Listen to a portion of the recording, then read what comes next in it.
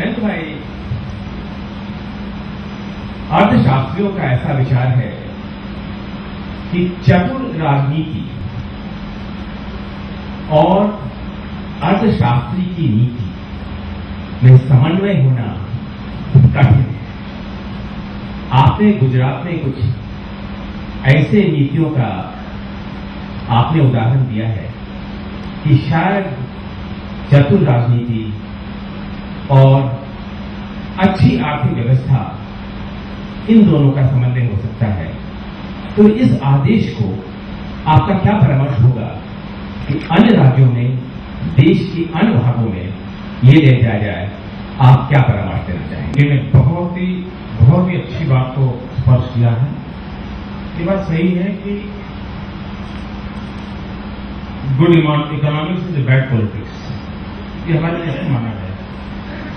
मित्रों, मैंने पहले से इसको एक चैलेंज के रूप में उठाया और मैं आज भी समझता हूं। मैं एक उदाहरण देता हूं। मेरे यहां 2005 में हमने अर्बन डेवलपमेंट ईयर के रूप में मनाया।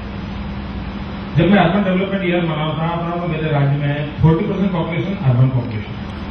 मैं वहां की स्थिति को सुधार करना चाहता, तो मैंने डिटेल प्लान वर्कआउट किया। उसमें एनक्रोचमेंट हटाना, सफाई करना, सारी बातें थी, टैक्सेस कलेक्ट करना, सारी बातें। अब 2000 में कार्यक्रम को मैंने ले लिया। बाद में मेरी पार्टी के लोगों ने मेरे ध्यान में लाया कि मोदी जी 2005 में तो ये नगरपालिका कॉर्पोरेशन में चुनाव है, और जब मैं एनक्रोचमेंट हटाता था मेरी पार्टी के लोग मेरे खिलाफ जुलूस लेकर आते। मैंने कहा भाई, चुनाव जीतने के लिए मैं सरकार नहीं चलाता, मैं सरकार चलाता हूं आम आदमी की भलाई के लिए। अगर उसको भरोसा पड़ जाएगा तो मुझे ले आएंगे। और इनकी सरप्राइज, 143 नगर पालिका में 2 लाख एनक्रोचमेंट हटाना है, कितना बड़ा अनरेस्ट होगा। लेकिन सबसे पहला जो मैंने मकान तोड़ा था इस कैंपेन का, वो मेरी खुद की, मेरे मणिनगर असेंबली कॉन्स्टिट्यूंसी का जो मेरी ऑफिस थी, उसी को मैंने तोड़ा था सबसे पहले। और उसके बाद सारे जुलूस बंद हो गए, सारे जुलूस बंद हो गए। और उसके बाद चुनाव हुए, विल बी सरप्राइज, 90% बीजेपी चुनाव जीते, 10% में तो और लोग जीत के गया, ओनली 10%। मैंने 2.5 लाख से अधिक बिजली चोरी की रेड की। उसमें किसान आ गया, व्यापारी आ गया, उद्योगपति आ गया, पत्रकार आ गया, काफी लोग आ गए, पॉलिटिशियंस आ गए, और मेरी पार्टी के भी आ गए। और परिस्थिति ये हुई कि आज मैंने स्थिति बदल दी। और मेरे लोग, जब लोगों को भरोसा होता है भाई इस आदमी को कुछ बुरा नहीं करना, तो मैं समझता हूं हो सकता है अगर इन चीजों को हम एक विश्वास के साथ बोलना शुरू करें तो देश के राजनेताओं को हम मजबूर कर सकते हैं सही रास्ते पर जाने के लिए। और आप लोग कर सकते हैं, मैं बताता हूं, आप एक ओपिनियन मेकर हैं और दबाव बढ़ाना चाहिए।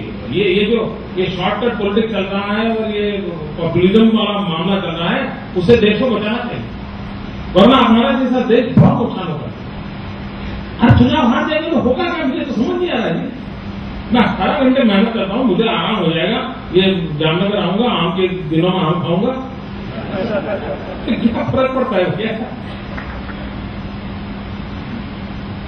जी, अगर आप सेंटर में वापस लाए जाएं, आप चाहें या ना चाहें, अगर आपको एक मिनिस्ट्री दी जाए तो आप कौन सी मिनिस्ट्री संभालना चाहेंगे, और उस मिनिस्ट्री में आप इसी तरह का क्या बदलाव और विकास लाएंगे? क्योंकि जिस पल मैं सेंटर वाली बात को सोचूंगा तो मैं एक नए तूफान में गिर जाऊंगा। लेकिन अगर मेरे राज्य में मैं मुख्यमंत्री न होता और मुझे सिर्फ मिनिस्टर बनने का मौका मिल जाए, तो मुझे अगर इजाजत दी जाए तो मैं कहूंगा मुझे एंटी करप्शन मिनिस्ट्री दे दो।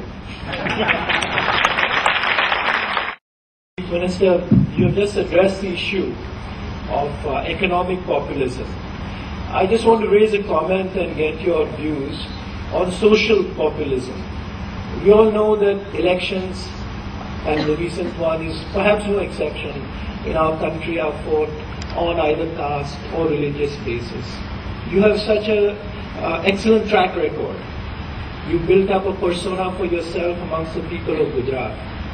And you have an ambitious plan, a big vision ahead, which you just also very in one sentence you said, I want to take it to the levels of social levels of developed countries.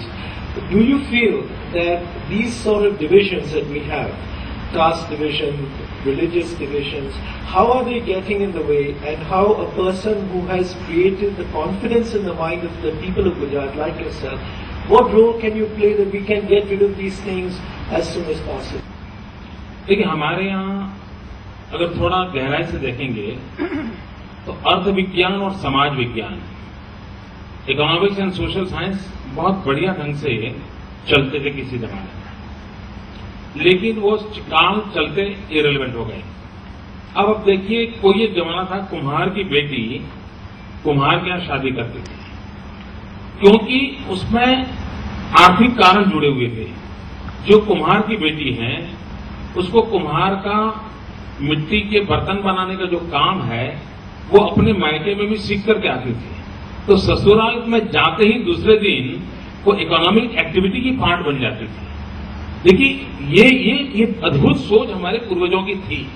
लेकिन आज कुम्हार का बेटा bank में नौकरी करता है तो जरूर नहीं है उसने कुम्हार की बेटी को ही शादी करनी चाहिए।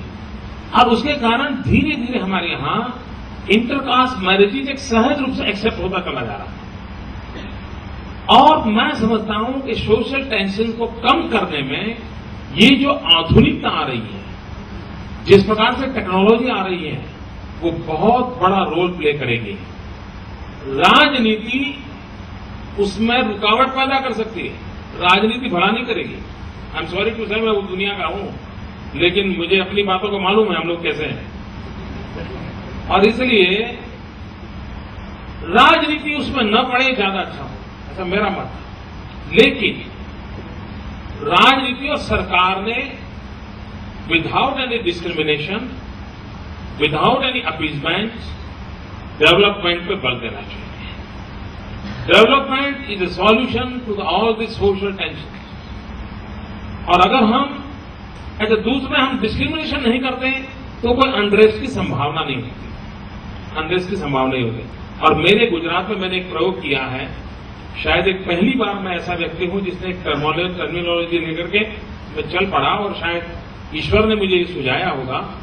मैं अपने मुंह से हमेशा पिछले 5-6 साल से एक ही बात बोल रहा था, मेरे 5.5 करोड़ गुजरातियों का भला, मेरे 5.5 करोड़ गुजरातियों का भला।